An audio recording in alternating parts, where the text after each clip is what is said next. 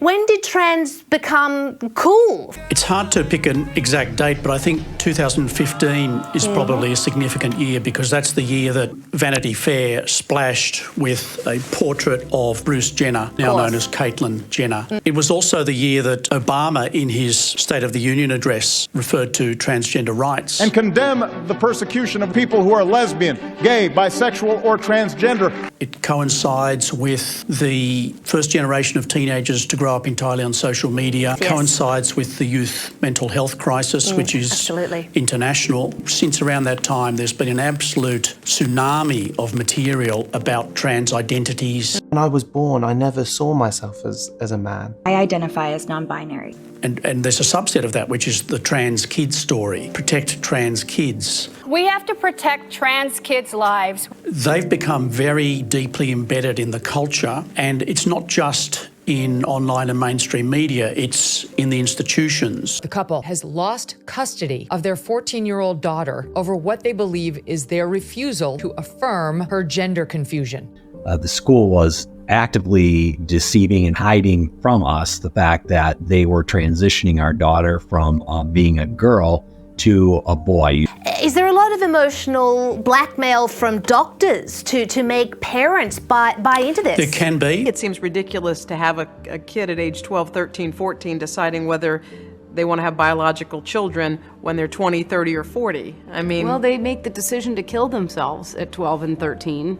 That's a pretty powerful decision. Many sections of the media have amplified the claim that kids who identify as trans are at uniquely high risk of suicide. A new study found that half of transgender male adolescents have attempted suicide. And that without these medical interventions, an attempted suicide is highly likely.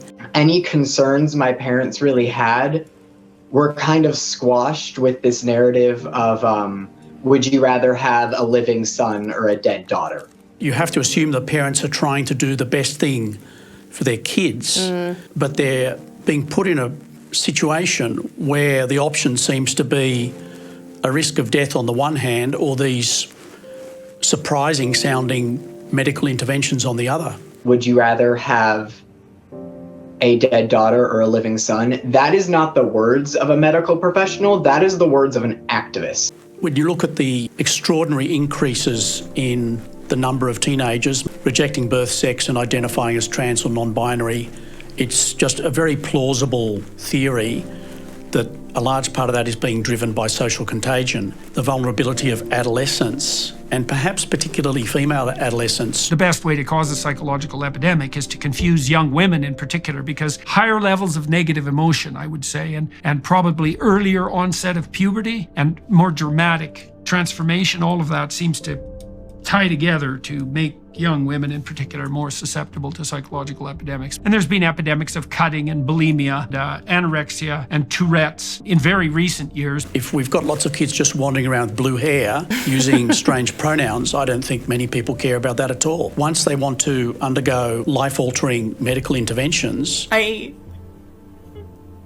just took the cure that was handed to me. Interventions which are still being given as routine treatment in publicly funded state children's hospitals. There's no evidence whatsoever that allowing them to transition helps. There are so many mental health disorders that make you hate your body.